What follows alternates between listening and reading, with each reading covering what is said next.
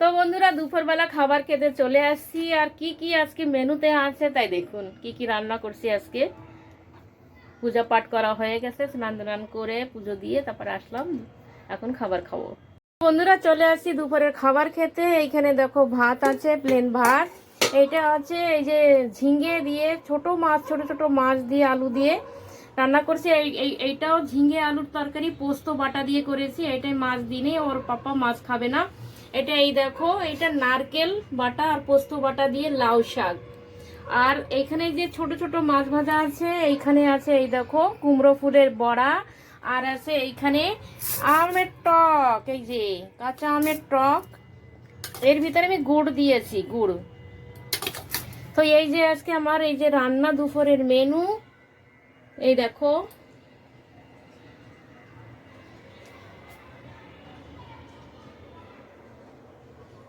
আজকে মেনুগুলি কেমন হয়েছে জানাইও তোমরা। এই যে দেখো ভাত গুছিয়ে নিয়েছি, সাথে একটা লেবু আর কাঁচা লঙ্কা নিয়ে নিয়েছি, ছোট ছোট মাছ, এই যে কুমড়ো ফুলের বড়া, লাউ শাক আর ঝিঙে তরকারি, আমের চাটনি। এখন আমি খেতে বসে গেছি বন্ধু।